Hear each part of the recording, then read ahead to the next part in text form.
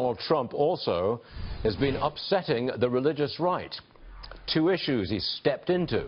Number one, transgender people, he says, should use whatever bathroom they want. And he says there should be some exceptions for legal abortions. Actor, singer and conservative Pat Boone is with us, and a Trump supporter to boot. Pat, are you upset by what Trump has said on bathrooms, the transgender issue, and now allowing exceptions for legal abortion?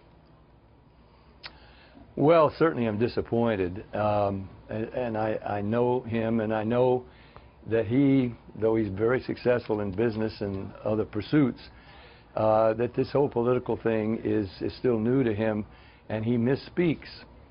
And of course he's blindsided sometimes by questions which he hasn't considered.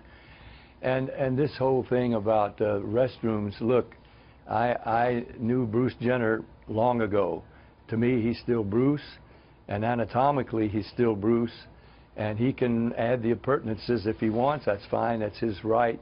But I don't think even he would want to go into well, he might go into a female restroom, but I don't think he would want other males who think they're females to go into young girls, say in high school and other public places. There has to be some boundary somewhere. I understand that, Pat, but I'm just trying to think in terms of Trump's support. The religious right has been moving towards him, you included. And now he's up with this abortion and the bathroom issue, and he's saying things which might offend you. Do you think he's made a mistake here? Yes, he's made a series of mistakes, and I think it's because of the lack of literal political experience. And although you say I'm a Trump supporter, and on Fox I have said I've defended him as a newcomer, and the kind of person that the founding fathers may have welcomed, not a politician, not anybody wanting to build a career in Washington, but simply to represent the people. He didn't have to be politically astute in their view, that he would just try to represent the people who elected him.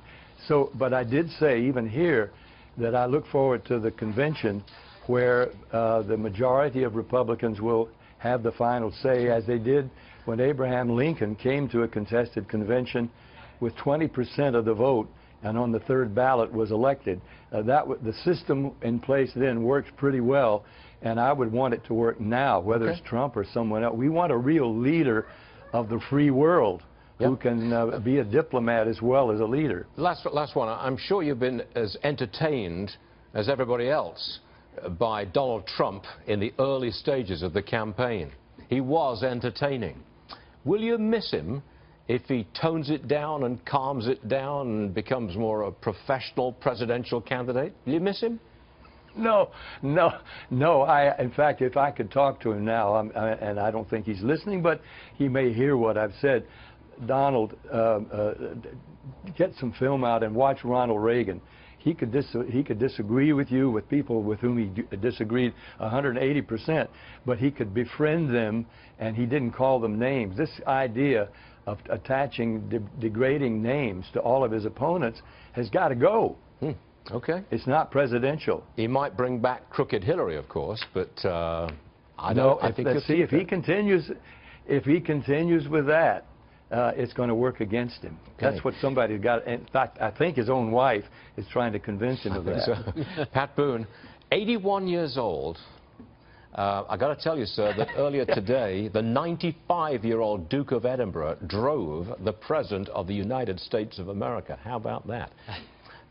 Just thought I'd bring that to you. That's great. Very encouraging to me. And very encouraging. Me.